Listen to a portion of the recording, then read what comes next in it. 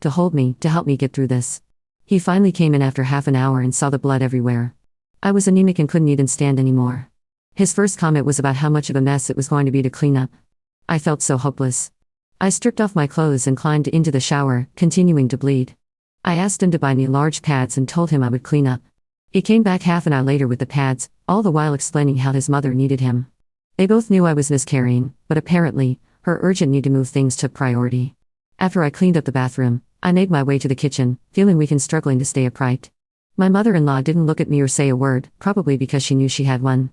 She had managed to take my husband away from me, during one of the most traumatic moments of my life, and he went willingly. I felt so lost. That night, he spent the night at his mother's house, leaving me alone. I was left to care for his children from a previous relationship without any support. He didn't text me, and I didn't reach out either. My heart was shattered. I confided in my family, and they were horrified when they heard what happened. They were also hurt that I hadn't reached out for help when it was happening. They booked me a ticket home, and I packed my things and left. He still hadn't responded to any of my texts, voicemails, or calls, so I left him a handwritten note and flew to my family. A few days later, I received a long text from him. He explained that he had to stay with his mother for the entire week after I miscarried in our home because she was triggered by my miscarriage and needed his emotional support. He said he didn't want to bring up my name in front of her, as it would distress her further, so he chose to have no contact with me.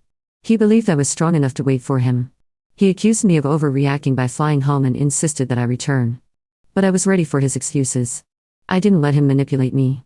I bluntly told him that what he did was medical neglect during a crisis and abandonment of both his children and me. I could have died. I told him I needed space to heal. He tried to justify his actions by saying he was in shock and grieving, and didn't comprehend what was happening at the time. He regretted how he handled things and said that I had also left him to grieve alone. But I was finally receiving emotional support from my family and was in a safe place. He argued that he was his mother's only son and had to help her. I reminded him that he was my only husband, and I needed him. The miscarriage was happening to me, not her. He then asked if we were still okay. I told him bluntly, absolutely not. I couldn't see a way to repair our relationship after what he did. His actions would haunt me for years to come.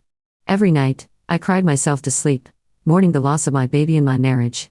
Both of them had died on the same day. He was devastated, saying that I was being overly emotional because of the loss and that I wasn't in my right mind.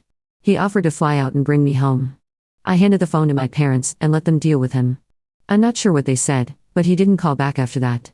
Since then, he's sent numerous texts and voicemails, alternating between reminiscing about happy memories, blaming me for what happened, expressing anger at my silence, and offering apologies. He's even posted on social media, saying he misses me and is waiting for me to come home, painting it as if we're in a long-distance relationship instead of acknowledging that we're separated. A week ago, a neighbor spotted him waiting outside my family's home and called the police. He left before they arrived, but it made me anxious and scared. I'm constantly on edge, worried he might show up or peer through a window. My father has a lawyer ready to help me with the divorce proceedings.